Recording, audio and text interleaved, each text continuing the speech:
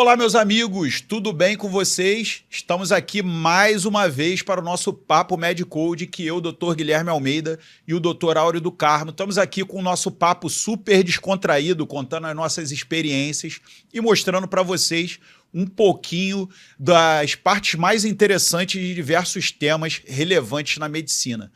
O assunto de hoje é febre e o uso de medicações contra a febre antitérmicos. Um tema super importante. E aí, Áureo, tudo bem? Tudo bem, meu amigo. Estamos aí, mais um Papo MedCode e um assunto muito interessante hoje também. Vamos lá, vamos falar. Então, vamos lá. Até para começar, eu gosto dessa coisa de dar um cenário, né? Para a gente poder introduzir a conversa. Existem duas entidades na clínica médica. Uma delas é a febre, que nada mais é do que uma síndrome, né? A febre é uma síndrome que cursa aí com hipertermia, cursa com prostração, astenia, né? Inapetência, entre outras coisas. E existe a hipertermia. Então, eu queria primeiro fazer um divisor de águas sobre essas duas situações, né? Nós temos um set point que possivelmente está ali em torno de 37 graus Celsius, para a gente facilitar, beleza? Digamos que os amigos sejam convidados a ter uma renda extra, né? O médico não está sendo tão bem pago assim, e aí eu convido vocês a ter uma renda extra numa mina de carvão. O que vocês acham? E aí a gente vai para a mina de carvão e lá dentro está 60 graus Celsius. O seu set point continua 37 graus Celsius. Você é um animal homeotérmico, né? Então, logicamente que no ambiente de 60 graus, você vai começar a suar horrores, você vai querer tirar a sua roupa, você vai querer se abanar, você vai tentar de qualquer maneira eliminar calor, seu xixi vai ficar hiper quente e etc. Mas, apesar de todos esses mecanismos na tentativa de você resfriar o seu organismo, você não vai conseguir. E a sua temperatura corporal vai aumentar. Isso é hipertermia. Agora você pegou uma amidalite bacteriana, aqueles estreptococos estão sendo combatidos pelos seus neutrófilos e está liberando citocinas inflamatórias, interleucina 1, interleucina 6, etc. Aquilo vai sinalizar ao seu hipotálamo que o seu set point aumente, saia de 37 e vá para 39. E aí você vai começar a sentir frio, se tremer, vai botar casaco, vai fazer de tudo para aquecer seu organismo, para quê? Para gerar calor, né? Ter calafrios para gelar calor e você atingir os 39 graus proposto pelo seu organismo para combater a infecção. A partir do momento que você controla, debela aquela infecção, você vai começar a sentir calor, vai tomar um banho frio e vai fazer a defervescência e vai voltar aos seus 37 graus Celsius. Então essa é a diferença de febre e hipertermia. Aí eu pergunto para o Áureo. Áureo, frente a uma situação de febre comum, tá? Quais são os antitérmicos mais utilizados? Tanto na clínica ambulatorial quanto na terapia intensiva. Estou falando os mais utilizados, né? O que você mais usa ou que você gosta? Eu gosto muito de dipirona, né? Acho que aqui no Brasil a gente tem 3 antitérmicos, principalmente. Um não é antitérmico só, mas também é muito utilizado como antitérmico. Então a dipirona acho que é o mais utilizado. Com a certeza. Gente tem o paracetamol também, bastante utilizado, principalmente para quem é alérgico à dipirona, né? E a gente tem atualmente, seguindo aí os americanos, o ibuprofeno, né? Ibuprofeno também está sendo muito utilizado, mas o ibuprofeno eu sempre falo isso, né? Ibuprofeno não é antitérmico. O ibuprofeno é um anti-inflamatório. Não. Mas ele funciona como antitérmico. Funciona como antitérmico, mas ele é um anti-inflamatório. Até porque o mecanismo eu acabei de citar aqui, né? Exatamente. Que é nada mais do que a inflamação que medeia. Então, assim, eu acho, a minha preferência é a dipirona. E a aspirina. Tem. Só que o brasileiro não curte muito. Só que o brasileiro não curte muito, né? E a aspirina em alta dose, o americano, né? Sim. O americano, sim. O americano gosta de aspirina. Aqui o AS infantil, por exemplo, a dose de 100 miligramas é muito mais famosa do que a de 500, né? Porque, na verdade, é para prevenção cardiovascular. Cardiovascular, né? Que é outro assunto. Antiagregante, na verdade. Que é um outro assunto discutível, que não é o nosso objetivo aqui. Exatamente. Mas a aspirina tem a questão da síndrome de Rey, né? O síndrome de Rey, né? Na criança, que pode gerar encefalopatia e hepatopatia, frente a um quadro viral, a gente não curte muito essa coisa do aspirina. É, E nós gostamos bastante da dipirona, né? Usamos exatamente. muito. E assim, a gente, aqui no Brasil, a gente tem a disponibilidade de todos esses medicamentos que a gente falou. Mas nos Estados Unidos, por exemplo, não existe dipirona. Na Inglaterra, não existe dipirona. Na Inglaterra, inclusive, uma das causas de suicídio, tentativa de suicídio mais frequente é com paracetamol, com Tilenol. Você tomar mega dose de paracetamol, né, para induzir uma hepatite fulminante. E eu já vi alguns casos de hepatite fulminante na época da epidemia de dengue. 2001, era recém-formado. Se fizer uma sobredose de paracetamol. E faziam, porque assim, a febre e a dor da dengue são realmente muito desconfortáveis, né? Então, não era muito raro você ver o sujeito usar a dose, 3 vezes a dose habitual. Então, o sujeito usava 750 miligramas, ele tomava de 3 em 3 horas, né? Às vezes.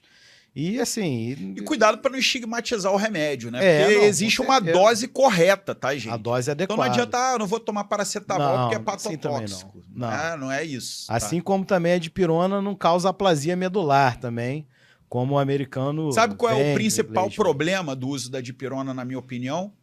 Dose errada, subdose. Subdose é o mais comum. É o principal problema vinculado à dipirona. Dose da dipirona é 1 grama. Assim, por baixo, para um adulto compra aquele é 1 grama. de 500, aí você toma o de 500 e fala, pô, esse remédio é uma porcaria. Você tem que tomar 1 grama. Tá, adulto é 1 grama. Pode tomar 2. Até 2, mas a dose, assim, a dose mínima, você não vai tomar um analgésico se você não estiver sentindo dor. Claro. Né? Se você está sentindo dor, você está incomodado com aquele sintoma. Então, você tem que tomar um analgésico numa dose adequada. E antitérmico, né? A barra antitérmico. Ou antitérmico. Aqui a gente está falando de febre, né? Então, assim, é 1 grama. Dipirona, dose mínima para o adulto é 1 grama. Né? Adequada. Claro que tem adultos que pode recorrer até de 4 em 4 horas. Pode também. Dá para fazer 2 gramas, por exemplo, de 6 em 6 horas, ou tranquilamente, 6 né? Então, isso é uma coisa. A dipirona é dado em muito subdose mesmo. Beleza. E o Tilenol, né, o paracetamol, eu pelo menos não observo mais tanto isso, né? Mas eu, particularmente, em mim, o paracetamol não tem a mesma potência analgésica, vamos dizer assim, que a dipirona. Mas aí é o antitérmico, para tirar lá a febre. Febre aí funciona. Rola. Funciona. Né? E... por exemplo, na terapia intensiva e na medicina interna é muito diferente. Você usa bastante dipirona. Paracetamol injetável... Existe, mas é igual caviar, né? Exatamente. A gente... Nunca vi, nem comi. Há 2 anos atrás, a gente teve a oportunidade de ter muito paracetamol venoso lá no Gafré. Por quê? Porque faltou dipirona, né? Não sei se você lembra disso. Lembro. 1 ano e meio, 2 anos atrás... faltou dipirona venosa em tudo quanto é canto. Não era só no Gafré, não. Na Rede Dó, em qualquer hospital. Você não achava dipirona. E aí apareceu lá 200 frascos, que na verdade não é uma ampola, né? O paracetamol, ele é como se fosse uma almofadinha de soro, né? Uhum. Então, a dose é aquela infusão ali, ao longo de alguns minutos e tal, como se fosse uma almofadinha de 100 ml de soro. Né? Então, surgiu lá e eu também nunca tinha visto. Eu vi agora, 2 anos atrás. Mas a gente usa muito mais a dipirona pela disponibilidade, né? E, assim, em casos onde não se pode utilizar a dipirona, no CTI, nos alérgicos, por exemplo, a gente fica em maus lençóis. Tem que macerar, jogar no tubo. Jogar na sonda. Tubo, que eu digo tubo de nutrição, catéter, tá? Né? Não é... E o efeito também demora muito mais, né? A potência de antitérmica também é menor. Então é problemático, viu? A alergia de dipirona é uma coisa triste. É verdade. E às vezes, né, tem que recorrer até de sensibilização, né? Muitas dessas pessoas por causa desse problema, né? E eu queria saber de você a seguinte situação. Existe um verbete médico, um ditado médico, que é para não fazer terapia antitérmica, para não mascarar a doença, para não mascarar se a sua antibiótico terapia está sendo eficiente, se o tratamento da doença está eficiente. O que você acha disso? Eu discordo, assim. Também medicina não dá para ser também nem 100%, nunca nem sempre. Nunca, nem sempre, na né? sua visão, né? A minha visão é que é o seguinte, assim, tem, por exemplo... Tem outros métodos para você avaliar. Tem, exatamente, né? É aquela coisa... a frase que eu mais... torço o nariz é aquela de não vou dar analgésico não, porque vai disfarçar a dor. Mas quem gosta de sentir dor? Ninguém, né? E febre também é muito E a desagradável. febre também é a mesma coisa. Sem falar que isso tem repercussões Sistêmicas, metabólicas, tá? é. De sofrimento. Sofrimento em qualquer nível. Exatamente. Ele gera alterações em vários níveis da fisiologia, né? Então hoje a gente tem exames complementares para isso. A gente dosa Exemplo, PCR-T lá e pronto. Falar, gente. Pô, dosa procalcitonina lá, e PCR, pronto. procalcitonina, né? Antigamente o VHS. VHS, né? O próprio hemograma, o leucograma, né? O desvio lá para os bastões, né? Então, assim, isso não é justificativo. Parâmetros clínicos melhora, né? Se for uma pneumonia. E a febre é o que você falou. A febre não é só hipertermia, né? A febre traz contigo também, traz com a hipertermia também, ataque cardíaco, né? Ataque apneia. Então você tem vários outros parâmetros clínicos para avaliar ali não poupar a infecção. E aí eu quero saber o seguinte: prescrição de antitérmico SOS. O que você acha? Olha, porque o SOS é aquilo. A enfermagem vai medir os sinais vitais, que você vai prescrever, sinais vitais, e aí, se o paciente tiver febre, você vai fazer o antitérmico automaticamente. Mas convém uma avaliação médica, né? Eu sempre prefiro que tenha uma avaliação médica ali, principalmente, obviamente, se puder, do médico que está acompanhando o caso, né? Então, a assistência, quando é feita de uma forma seguida, contínua, ela é muito melhor do que uma visão cortada, né? Falando isso, que tem aquela coisa do plantão do andar, né? O plantão do hospital ali para paciente de enfermaria. O paciente fez febre, aí ninguém chama o médico plantonista para ver um paciente que está com febre. Simplesmente tem medicação SOS prescrita, faz a medicação SOS e a rotina no dia seguinte avalia. O paciente teve febre, vamos ver o que é. Aí assim, aí existem casos e casos, né? Não exemplo, dá pra você vai fazer uma totalmente hemotransfusão. Aí tem que chamar o médico. Está com febre, pós-hemotransfusão, tem que chamar alguém para avaliar. Gente. Exatamente. Não dá para fazer de pirona SOS. Agora, se é já um sujeito que já está internado, já está com uma amidalite, já está no 2º dia de tratamento, né? Não vai chamar o médico 2 horas da manhã para ver um paciente que fez um 37,8 ali. Mas concordamos com 40, né? Mas concordamos que em condições ideais, claro, o ideal seria sempre ser avaliado. Sempre ser avaliado. É porque às vezes não tem a estrutura, o hospital infelizmente não tem a estrutura para que socorra, e essa estrutura não é regra no Brasil. Que a gente tem alguns SOS, né, que realmente eu não concordo nada, né? Por exemplo, a hipertensão. Né? Hipertensão, não, se passar de 18/10, faz o captopril. Não. Né? Mesmo com o paciente internado, ele é hipertenso. Beleza, no dia seguinte se ajusta o antihipertensivo. Não precisa dar um antihipertensivo hoje, que aí o médico amanhã vai chegar para examinar, a pressão vai estar boa, ele não vai mexer no medicamento antihipertensivo do paciente. Então, na verdade, está precisando de ajuste. Então, existem SOS que não são tão absurdos assim, e existem SOS que eu não concordo. Né? No caso da febre, propriamente dita, eu acho que cada caso deve ser avaliado. Né? E isso tem que estar bem escrito, bem orientado na prescrição. Né? Então, se há uma febre que você espera que o paciente tenha febre, quando que você espera? O paciente tem uma infecção, você diagnosticou a infecção e começou a tratar a infecção. Só que tem infecções que mantêm a febre por 72 horas, por exemplo. Até mais. Até mais. Tuberculose. Uma prostatite, tuberculose, né? Então, são infecções com febre neoplásica. Então, nesses casos, não pode fazer o SOS, perfeito, porque você reduz a dose, às vezes, de um remédio, né? Que você pode pular uma dose ou outra, né?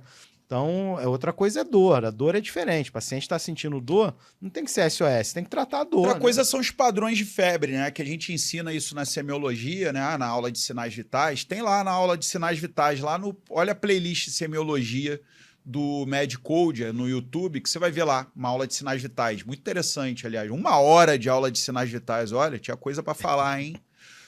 Na semiologia da febre tem lá as febres remitentes, intermitentes e etc, né? De Pell-Epstein, né? Dos linfomas. Assim, muitas dessas informações não são tão relevantes, tá? Na verdade, esses padrões de febre, eles nem sempre obedecem exatamente. A febre terçã coartando a malária, por exemplo, você quase não vê isso, né? Se você tratar paciente com malária, você não vê certinho esses padrões, né? Eu queria saber do Áureo o seguinte: você já viu algum caso de febre, não hipertermia, que a gente vai falar depois, altíssima, uma febre assim, absurda, monstruosa, que você vai ter que tomar medidas físicas de controle de febre. Já viu alguma vez isso? Já algumas vezes, né? Em CTI, né? Infelizmente é relativamente comum, né? Você tem infecções graves, infecções sistêmicas graves, em que você tem que lançar mão de métodos físicos, né, para isso, né? Então a gente Como é que é? Conta pra gente aqui. Como é gelo, mesmo. É gelo na axila, dá gelo banho, faz toalha molhada, dá banho, toalha gelada, molhada, exatamente. né? Com gelo, tira a roupa do paciente. Tira a roupa, expõe o paciente. Por quê? Porque às vezes você tem febres lá Hospital de americano, 43, aqueles hospitais 44 graus. nível house, né? Tem as banheiras de imersão. De imersão. Né? Ventilador, bota ventilador soprando. Hoje a gente tem o controle direcionado de temperatura, por exemplo, que é usado na ressuscitação, né? Cardiopulmonar. Então, você tem hoje mantas térmicas que servem para esfriar também o paciente. Então, isso aí não é muito incomum da gente observar, não. Né? São aquelas febres incontroláveis, né? O paciente está fazendo lá 43, 42 graus direto. Você usa doses máximas de antitérmico e o paciente continua fazendo febre. Né? Então, você tem que usar os métodos físicos. E aproveitando, você já viu algum caso de hipertermia? Uma hipertermia maligna. Pois é, isso eu vi. Síndrome hiperserotoninérgica com Isso hipertermia. Eu tive o privilégio de ver semana passada. Foi o segundo caso que eu vi de hipertermia maligna na vida. Né? Lá Mas era por uso de medicamento? Uso de bloqueador neuromuscular. Né? O paciente entrou em insuficiência respiratória na enfermaria. Né? Na hora que foram entubar, fizeram a sequência rápida e fizeram uma dose de bloqueador neuromuscular. Agora não me lembro qual, acho que foi acetilcolina mesmo, foi succinilcolina mesmo. Mas não tenho certeza. E aí o paciente fez 44 graus. 44 graus. É porque lá tem hipertermia maligna, tem também, no caso, não é o caso aí do bloqueador neuromuscular, né? Mas tem a neuroléptica maligna, né? Exatamente, pelo uso de psicotrópicos, né? E as síndromes serotoninérgicas eventualmente pode acontecer. E um que me marcou muito, cara, que você já deve ter visto casos assim, mas esse foi uma coisa assim que me marcou demais, né? Tava dando plantão no Hospital Municipal do interior do Rio de Janeiro e chega um paciente trazido pelo bombeiro como indigente, digamos assim. E aí, quando você vai examinar o paciente, ele está em péssimo estado higiênico, né? Foi encontrado na rua e com hálito etílico intenso. Era um paciente que tinha bebido muito, horrores.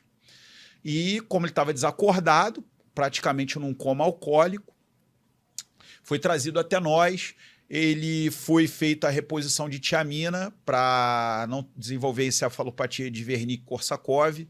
Foi feita reposição de glicose para ele, tá? Com o soro glicosado. A gente estava avaliando, ele não tinha nível de consciência para comer. Inicialmente deixamos ele em dieta zero, tal. E colocamos ele no leito. Daqui a pouco o cara estava levantando agitado, em agitação psicomotora. A gente conteve ele, fez uma contenção verbal e física, amarrou, e inicialmente não fizemos contenção química, tá? Até avaliar melhor a situação. E o cara começava a tremer. Ele estava em delirium tremens, cara. E de tanto ele tremer, de fazer o delirium tremens, ele começou a fazer hipertermia pelo tremor muscular. Bateu 41 graus Celsius. Bizarro. E o cara estava tentando pegar o álcool etílico da enfermaria para beber. Tamanho desespero. É brincadeira mesmo. E aí esse cara teve que ser sedado, entubado. Porque tava feia a coisa. Delirium tremens é grave. E ele teve que ser resfriado por métodos físicos, tá? Porque tava difícil controlar. E se você dosa CPK desse sujeito, vai dar exatamente, e hiperidratar, porque pode fazer até a rabdomiólise pelo trauma do tremor. Não sei se algum de vocês já teve a oportunidade de atender um delirium tremens dessa maneira, mas é grave, no delirium tremens você pode gerar hipertermia. E esse foi um caso que me marcou bastante. Enfim, né? Esse da hipertermia lá que eu vi lá no Gafre há pouco tempo, ele fez lá no Gafre a gente tem dantrolene. Dantrolene, né? Isso que eu ia te perguntar. E aí fez o dantrolene, assim, vai embora na hora a hipertermia, né? No momento você faz o dantrolene, 3 minutos depois já acabou a hipertermia. Exatamente. É impressionante. Então, são casos aí emblemáticos e super interessantes e super importantes na prática médica. Bom, espero que vocês tenham gostado do nosso episódio, né?